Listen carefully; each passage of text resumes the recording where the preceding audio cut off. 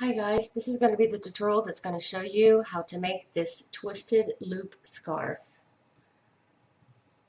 And for this tutorial, you're going to need a 5mm hook or a size H hook and at least 2 skeins of yarn. And you can have at least 1 skein to make the scarf itself, and then you can change colors every time. So if that's what you want to do, then you need to get several different colors. But you at least need 2 skeins to finish the project. So there's different ways that you can do the ruffles themselves. Now, for this one, I used variegated yarn. What I did was I made my base first, and then once I made the scarf itself, then I went through using my variegated yarn, and I would skip, like, because my yarn would become the same color like here, you see. So I tried my best to prevent this from happening as much as possible. So I would have to go up here, and then I would come back down here just to kind of keep the colors mixed. But I'll show you some pictures of different ways that you can do it. You can make your scarf all one color and then make your ruffles another color. Or you can make your scarf one color for like the first 2 rows and then change color and then go back to the original color again, and then you can variegate your colors of your ruffles as you go throughout your scarf. And that's it. This one is made for an adult because these twisted loops are pretty heavy, and doing all 4 of these like I did on both sides really makes it thick and heavy. So if you're making this for a kid, I would recommend skipping one, like do ruffle, the first ruffle, and then skip the next line of ruffles and just do the next. So every other one, and you can make it as thick as you want. But I recommend leaving the last row of double crochets and the first row of double crochets alone. That way you have a nice border on each side. And you feel free to add in another border on either side too, if you want. And I'll show you a picture of my daughter who is modeling this scarf before I added the extra row.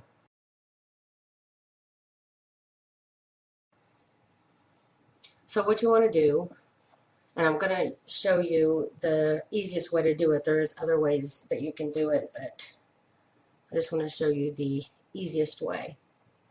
First, you want to get your yarn, and I recommend if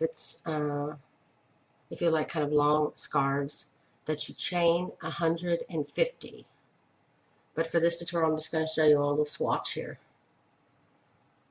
So what you want to do is once you have your chain of 150, you want to skip these first 2 stitches, and then the 3rd stitch from the hook, you want to put a double crochet.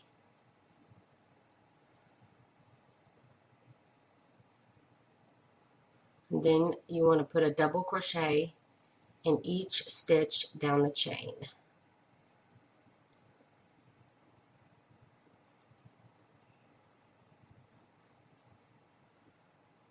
And this chain 2 at the end.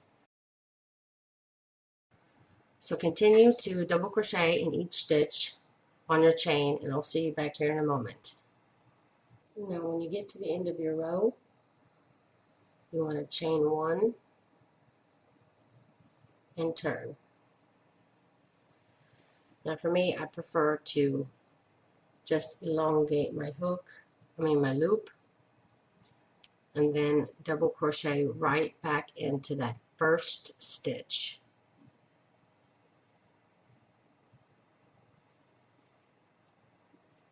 And then again, you want to double crochet going under both loops, the front and the back loop. Go through the full stitch and do a double crochet in each stitch.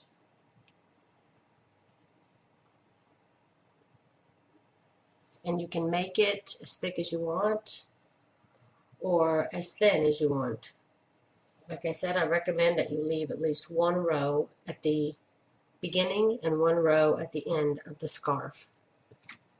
This one here I did 1, 2, 3, 4, 5, 6 rows. So I did 6 rows, and that allowed me 4 rows of ruffles with my 2 end undone for my border. So you could do 6, or you could do 5 and have only 3 rows of ruffles. It's up to you. You can make it as thick or as thin as you want. So you want to continue to do this back and forth, and every time you get to the end of the row, you just want to chain 1 and turn and pull up your loop, and then you'll want to double crochet right back into that same stitch. So continue to do that and make your scarf as thick as you want, and I'll see you back here for the next step. Okay, once you have your scarf the thickness that you like, and I did 4 rows, the top will be my border up here, and the bottom row will be my border down here, which gives me 2 rows here to put ruffles. And like I said, you can put different color here, make it as thick as you want. It's up to you. But when you've got it the size that you want, go ahead and chain 1. And I'm going to cut my yarn, leaving my tail long enough to be worked in with a tapestry needle. When you first start your project, you may want to do the same thing. Leave it long enough to be worked in with a tapestry needle. But if you did like I did, and you cut it too short, a trick is you can go ahead and put your needle in first, down the stitches that you want to hide it in, like that, and then thread your little tail, thread it through like that, then grab the end of your needle, and then just pull the tail, twist and bind. Pull your tail through your work, like that. And you can just pull it back through like this when your tail is hidden. But it's just easier if you just leave yourself tail to be worked in. So, choose your color that you want to use. Which I think I'm going to go with this yellow here, just because it shows up on camera and it's a good contrast with the blue, so you can see what I'm doing. Grab your 5mm hook again.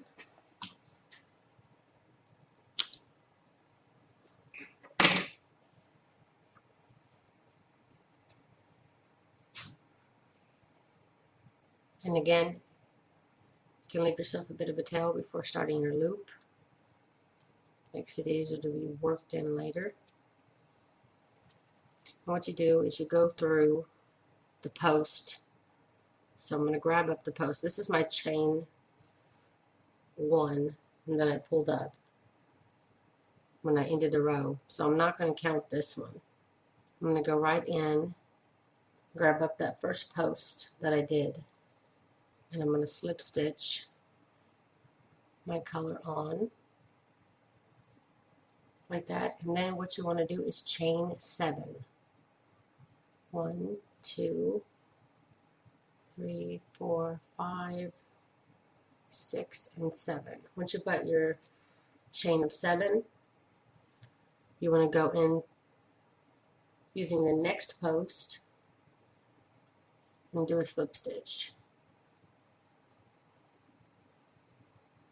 And then again, you'll be repeating this for all the row. Chain 7 again. 3, 4, 5, 6, and 7. And then you want to go and grab the next post and slip stitch.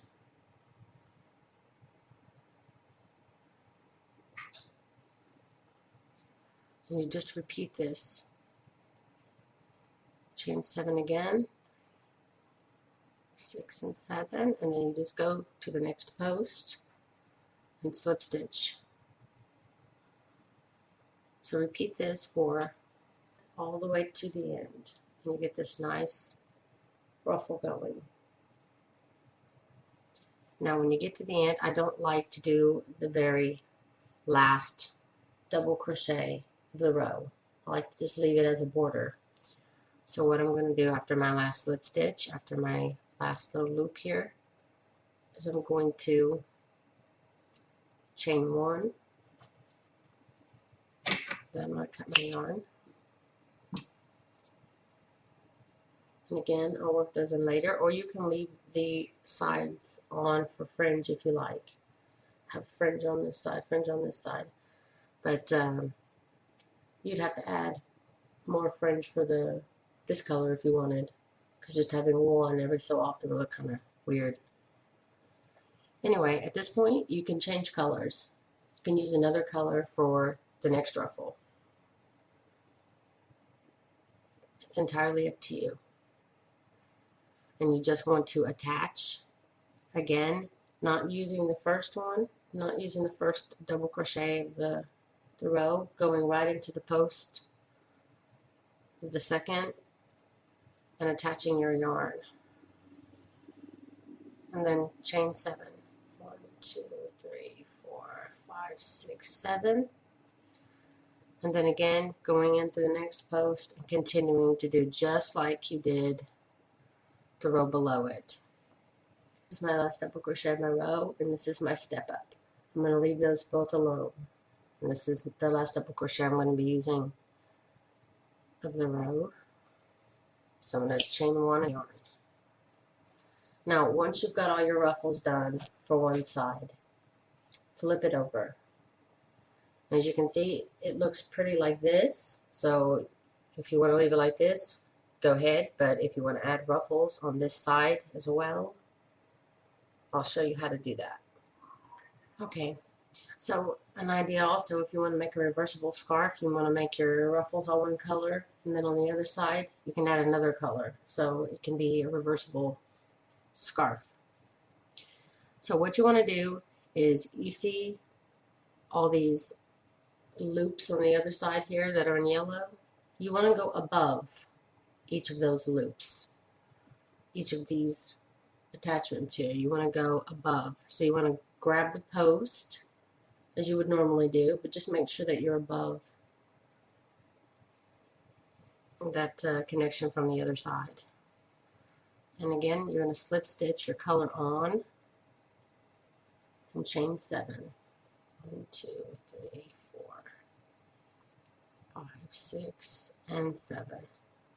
And again, you're going to go using the post again, but you're going to be on the above side of this other stitch, because that way it's going to hide it.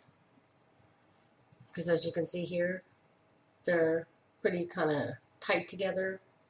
So I'm hoping that on this side it'll blend in and you won't see it as well because it's under the loops that you're making now. That's why I've decided to do it this way. So you're going to be doing exactly what you did on the other side. 1, 2, 3, 4, 5, 6, 7. Going above those stitches and continue to make your loops as normal. And when you get to the end, start again, going into the post above the stitch. Now once you've got both sides done, however you wanted to ruffle it, you want to go ahead and hide your tails. I'm going to go ahead and just go through my stitches, my double crochets here, and trying to stay within the same color.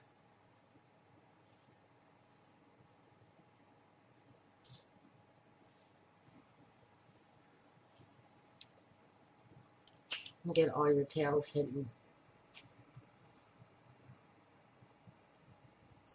And then you might have noticed that the chain part of your scarf is a bit tighter, and your whole scarf will kind of start to do that because this is a much looser side than this side. So to fix this, so you want to go ahead and use the same color that you used for the base of your scarf. Again, I'm going to leave myself a bit of a tail here to be worked in later. and you're going to attach it. Pull up a loop like this, and then single crochet in the first stitch. Now in the second stitch, you're going to pull up a loop, then you're going to go right back into the third stitch and pull up a loop. Then you're going to pull through all 3 loops to do a single crochet decrease. And then the next stitch will be a single crochet, and then the next stitch will be a single crochet decrease. You're going to be alternating between single crochet, decrease, single crochet, decrease. And you're going to do that all down the top of your scarf. And at the end, the pull here should be exactly the same here. And it'll make it look all nice and even.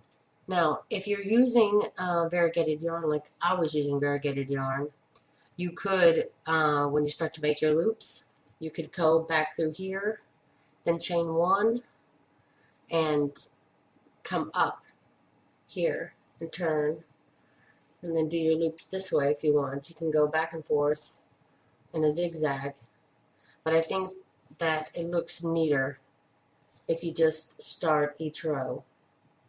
Makes it a nice separation in between each of them. So even with my variegated, I didn't do it. So that's it. That's how you make the twisted loop scarf. And feel free to mess around with the colors, mess around with the thickness of the scarf, and everything else. So anyway, that's the tutorial. I hope that you like it, and I hope your scarves come out all nice and soft and warm. Thanks so much for watching this tutorial. Please don't forget to like this video, and please don't forget to subscribe. Thanks for watching.